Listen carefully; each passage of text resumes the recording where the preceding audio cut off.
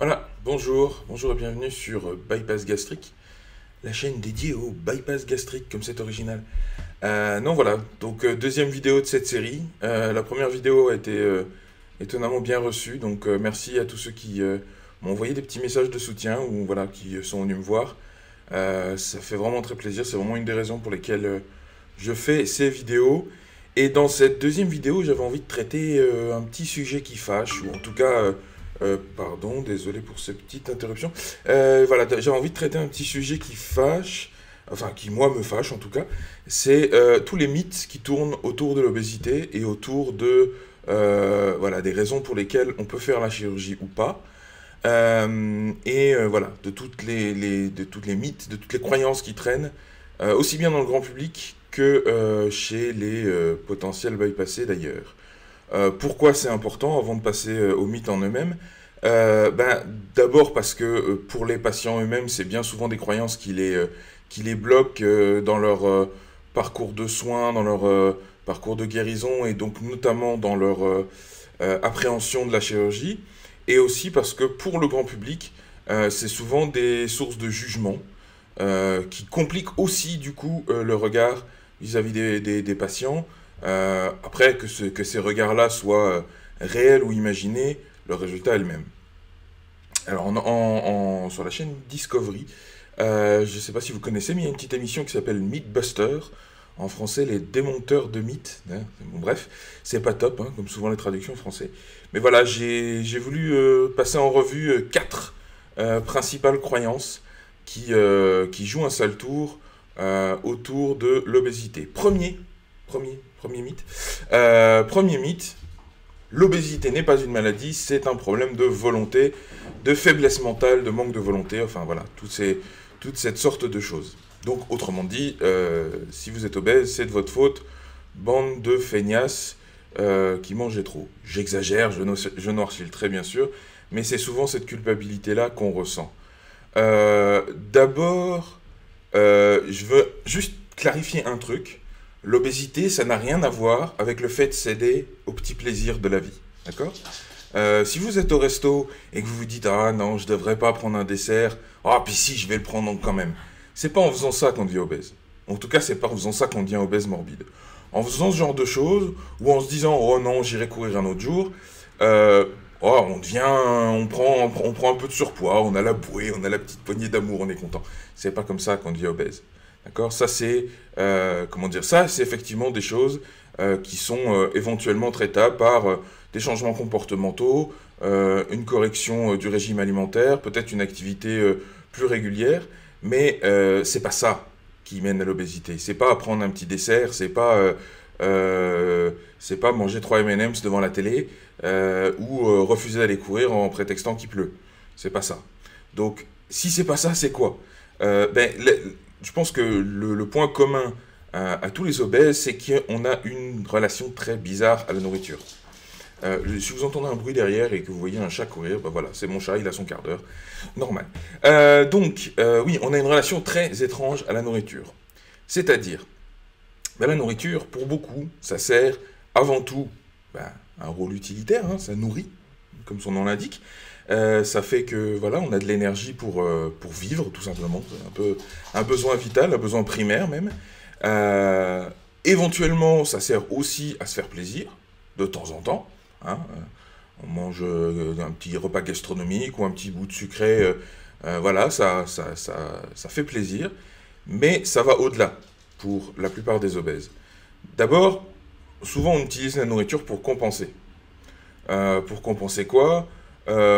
Pour compenser des émotions négatives. Ça va être de la tristesse, ça va être du stress, et même souvent ça va être la solitude. C'est-à-dire que c'est un peu un cercle vicieux, on en reparlera après, mais on utilise la nourriture pour compenser le fait qu'on se sent seul, et en même temps, à travers ça, on s'isole parce qu'on se sent coupable de manger, et donc on se sent encore plus seul. Cercle vicieux. Je vais essayer de regarder plus la caméra et un peu moins en bas.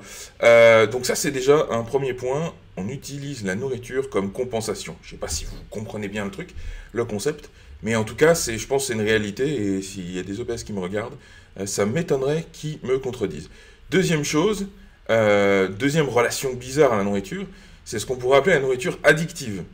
C'est-à-dire que certains, pour compenser des émotions négatives, comme le stress, la tristesse, etc., utilisent l'alcool, d'autres la cigarette, d'autres encore des drogues un peu plus douces ou un peu plus dures pour le coup. Ou même le jogging, tant mieux, je veux dire, so what, quoique le jogging peut être dangereux pour la santé aussi, notamment pour les articulations. Mais je dis pas ça, voilà, bref. Voilà, donc certains utilisent d'autres mécanismes compensatoires, et pour nous, c'est la nourriture. Voilà. Donc, à la différence simplement des autres facteurs d'addiction, si vous buvez de l'alcool, vous pouvez vous arrêter de boire de l'alcool. Si vous fumez, vous pouvez vous arrêter de fumer. Si vous prenez de la drogue, vous pouvez arrêter de prendre de la drogue. Si vous mangez trop, vous ne pouvez pas vous arrêter de manger. Eh oui, c'est un petit détail, mais ça a son importance. Et donc, la nourriture a ce facteur addictif. Après, on est d'accord, c'est souvent une addiction plus psychologique que biologique ou physiologique, comme dans le cas de certaines autres drogues, de certaines autres addictions. Mais n'empêche, il y a un facteur addictif qui n'est pas négligeable du tout, et qui a aussi une composante physiologique, comme j'en rediscuterai après. Et il y a un troisième facteur, donc j'ai parlé de la nourriture compensatoire, la nourriture addictive. Il y a aussi un troisième facteur qui pour moi n'est pas négligeable, c'est le mécanisme de défense. Comment ça marche? C'est quoi un mécanisme de défense? Donc, c'est un peu tordu, je vous l'accorde, hein, c'est pas forcément très évident, et c'est un peu de la psychologie, je vais dire un peu plus avancée, on va dire. Mais souvent, on utilise la nourriture comme un mécanisme de défense. C'est-à-dire que le fait de manger, ou en tout cas le fait de prendre du poids, nous donne l'impression qu'on se sent plus fort. Aussi bien physiquement, c'est-à-dire que j'ai un corps, moi personnellement, je vais chez le médecin une fois tous les 2 ans peut-être, et voilà, je me maintiens dans la croyance que c'est grâce à la nourriture, et que finalement, je m'en porte pas plus mal. Et puis il y a aussi le fait que on prend du volume, on prend de l'espace, on occupe l'espace, et donc, moi il y a un truc qui me fait toujours sourire, c'est que, il y a des petites blagues qui circulent. Attention, Seb, si tu le touches ou si tu l'emmerdes, il va t'en coller une. Et même s'il te loupe, rien qu'avec le courant d'air, tu t'enrhumes. Mais dans les faits, niveau musculaire, je suis pas terrible. Je peux pas courir très vite.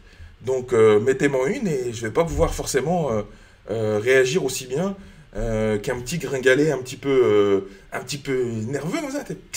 Bon, bref. Donc, on est d'accord, il n'y a aucune raison, n'empêche que c'est une croyance qui est très forte. Et donc voilà, c'est un mécanisme aussi de défense, et accessoirement, du coup, c'est aussi quelque chose où on se dit, on fait peur aux autres. Alors ça peut être un inconvénient, mais ça peut être aussi un avantage, toujours pour rentrer dans ce cercle vicieux. En faisant peur aux autres, on les éloigne, donc on n'a pas à se confronter à leur regard ou à leur jugement, et donc on s'entretient dans cette croyance. Donc vous voyez que la nourriture, la relation bizarre à la nourriture, ça va assez loin quand même. Et ça, je vous parle d'expérience. Et encore une fois, je pense qu'il y a pas mal d'obèses qui pourraient me regarder, qui pourront vous confirmer ce genre de sentiment. Donc voilà, le cercle vicieux, tout ça, bref. Donc ça, c'est le premier mythe. La prochaine fois que vous entendez quelqu'un vous dire que ouais, l'obésité, c'est pas une maladie, c'est un problème de faiblesse mentale, de manque de volonté, vous pouvez essayer de leur expliquer ça, parce que dans les faits, c'est pas tout à fait le cas. Voilà, ça c'était le premier mythe. Deuxième mythe, tu triches avec la nature.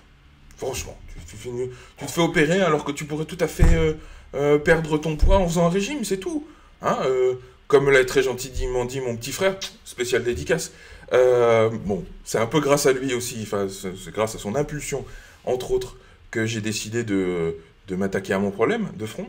Mais bon, il m'a dit un petit truc qui m'a un petit peu fait sourire, dans son intervention, dans son électrochoc. C'est, allez, mange un peu moins et ça va aller. Et c'est ce que beaucoup de gens pensent. Beaucoup de gens pensent que on devient obèse en mangeant trop, et donc en mangeant moins, on règle le problème de l'obésité. Sauf que c'est pas vrai. Mais alors pas du tout. Mythe, busted, faux, comme dirait, je ne sais plus, le petit gars marrant. Bref, pourquoi c'est faux? D'abord parce que les médecins savent et pourront vous dire qu'ils ont fait des études. avec un régime alimentaire seul, même avec une reprise d'activité, au maximum, on peut perdre 10 à 15% de son poids. D'accord? Pour vous donner un ordre d'idée, moi aujourd'hui je fais toujours 176 kg. 10 ou 15% de mon poids, ça fait, je vous fais le calcul en live, en direct live, même si je compte 15%, ce qui est donc le maximum, on arrive à 26 kg. Ok? Donc si je perds 26 kg aujourd'hui, je me retrouve quand même à 150 kg. Et à 150 kg, d'accord, je refais le calcul, 150, oula, 150 divisé par 1,85 divisé par 1,85, ça montre bien que ces vidéos ne sont pas préparées du tout, que c'est complètement spontané. J'arrive quand même à un IMC de 44, d'accord? Donc je suis toujours dans l'obésité morbide. Donc ça ne règle pas le problème. Donc ça, voilà, un régime et une reprise d'activité, ça peut servir à se débarrasser des 15 kilos qu'on a en trop. D'accord? Votre poids normal, votre poids, on va dire sain, c'est 100 kg et vous faites 115 kg, ben vous pouvez redescendre à 100 kg. De fait, je l'ai fait. Quand j'avais 22 ans, je faisais 115 kg.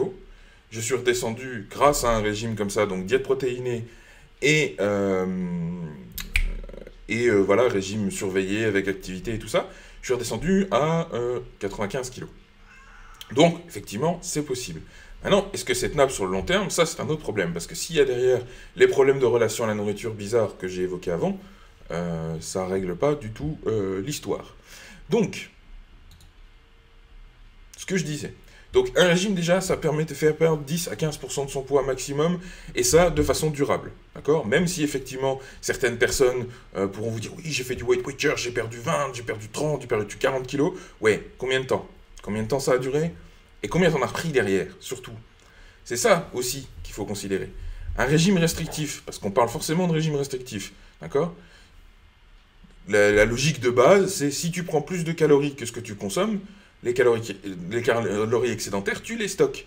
Donc, si tu veux déstocker, il faut que tu consommes moins de calories que ce que tu consommes. Il faut que tu consommes moins de calories, 1, 2, 3 pigeons, de calories que ce que tu dépenses. Voilà. Donc, résultat des courses, si tu veux perdre, il faut forcément restreindre d'une manière ou d'une autre. Il faut diminuer l'intake en calories, enfin la prise de calories. Et ça, du coup, ça revient à créer un manque dans ton corps. Ton corps, il est fait de façon à ne jamais manquer de nourriture, c'est normal. C'est un besoin primaire, c'est instinctif, c'est reptilien, tout ce que tu veux. Le corps est fait comme ça. C'est un instinct de survie, comme on pourrait dire. Et donc, du coup, ton corps, qu'est-ce qu'il fait quand tu le prives pendant longtemps? Eh bien, il se venge. Dès que tu recommences à manger, eh bien, il stocke plus. Et ça a été montré, ça a été calculé, ça a été vérifié médicalement. Donc, les régimes, et c'est comme ça qu'on arrive à des situations, je veux dire, où les régimes restrictifs, loin de faire perdre du poids à des obèses, au final, leur en font prendre plus. Parce que quand on reprend plus. Et moi, c'est ce que j'ai fait, c'est le fameux yo-yo. Sauf que le yo-yo, c'est comme ça. La prise de poids, c'est comme ça. Hop, hop. Pardon, vous n'avez pas vu le deuxième hop, mais bon, voilà. À chaque fois qu'on reprend, on reprend plus. Donc, c'est assez mauvais, en fait, les régimes restrictifs. Quand c'est tout seul et quand c'est pour des obèses.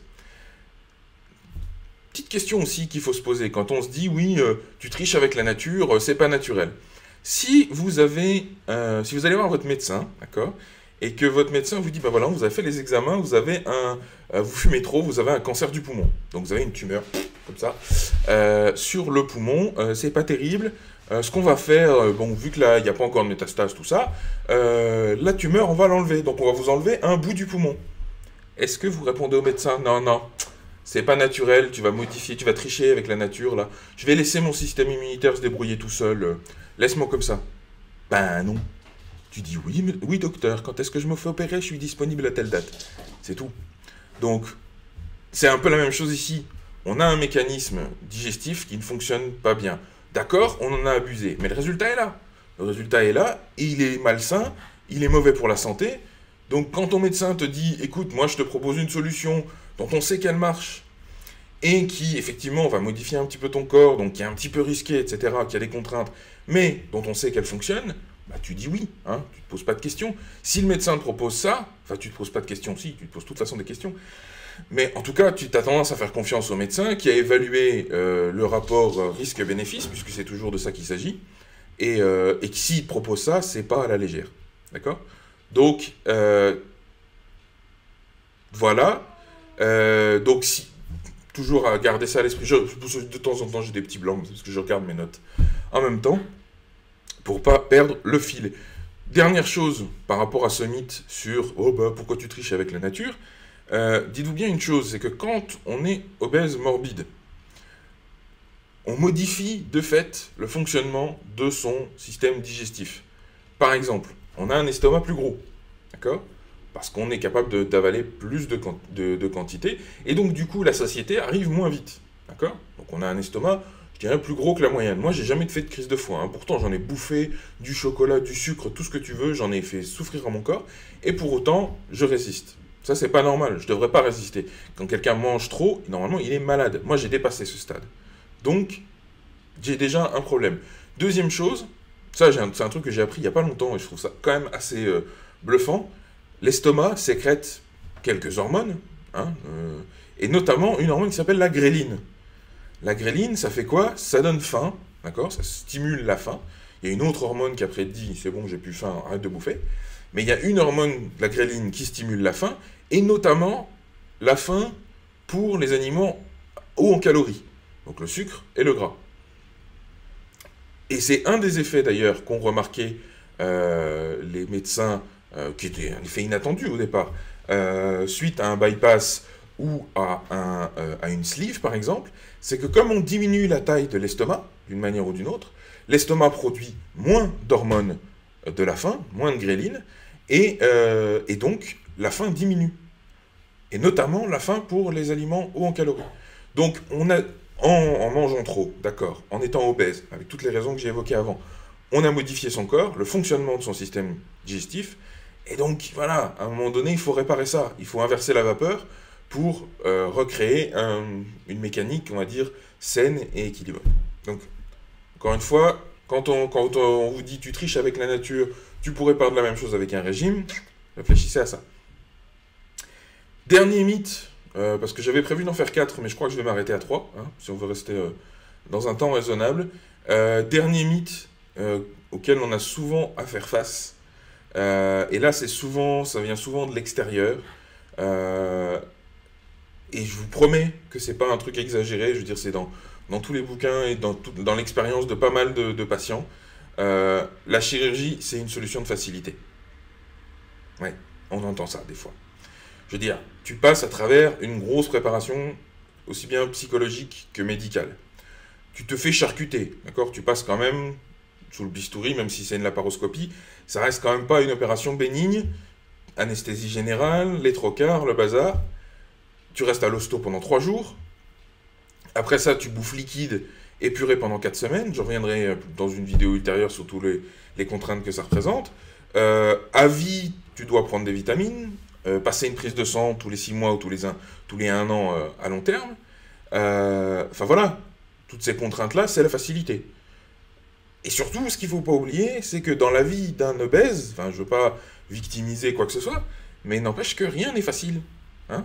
Quand on va au resto, on ne peut pas prendre la banquette. Quand on va dans un avion, on ne peut pas attacher sa ceinture, ou alors on est obligé honteusement de demander une extension de ceinture. Là aussi, je reviendrai sur l'expérience de l'obésité. Dans la vie d'un obèse, rien n'est simple. D'accord ? Donc si on nous propose une solution qui effectivement va nous rendre la perte de poids, si ce n'est plus facile, au moins pénible et surtout avec plus de garantie d'efficacité, on prend. D'accord? C'est pas la solution de facilité, c'est pas la solution facile, c'est la solution qui marche. Encore une fois, analyse médicale à l'appui, mon nutritionniste, un des premiers trucs qu'il m'a dit quand je suis allé le voir, c'est, je vous avertis tout de suite, les régimes, j'y crois pas.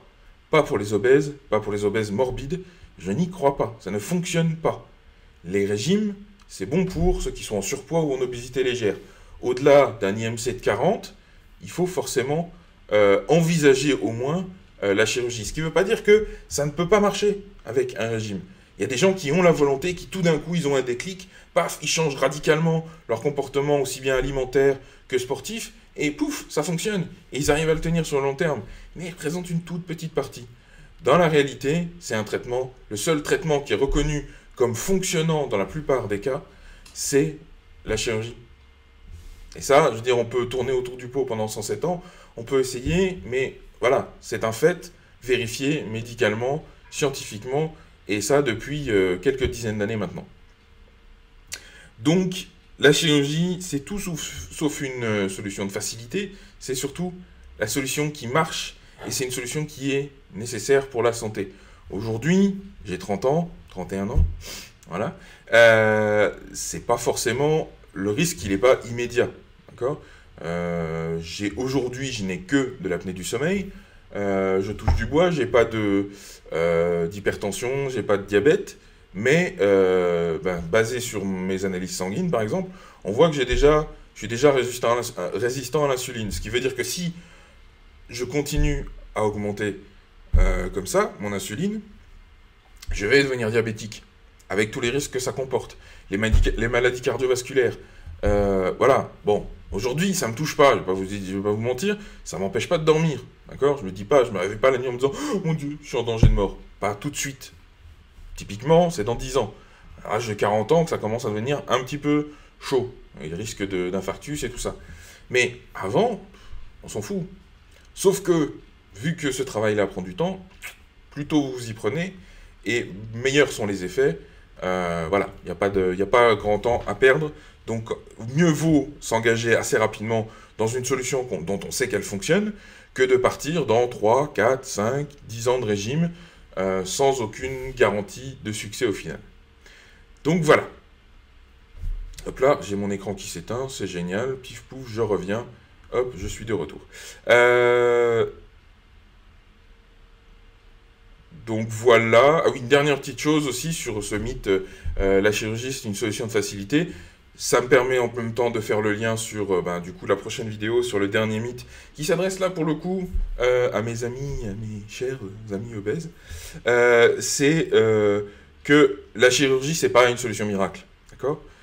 C'est un outil, c'est un tremplin qui va permettre d'accélérer la perte de poids, qui va permettre de la rendre plus gérable et de l'encadrer. Mais ça n'est pas une solution miracle. Et d'ailleurs, il y a des gens, une faible proportion, mais une proportion tout de même, de gens qui, après une chirurgie de l'obésité, qu'elle soit gastroplastie, sleeve ou même bypass, arrivent à reprendre du poids. Parce que le corps se modifie, l'estomac grandit, etc. Et donc, il est possible de reprendre du poids. Et donc, il y a tout un tas de contraintes, il y a un changement de mode de vie qui est nécessaire pour aller avec l'opération.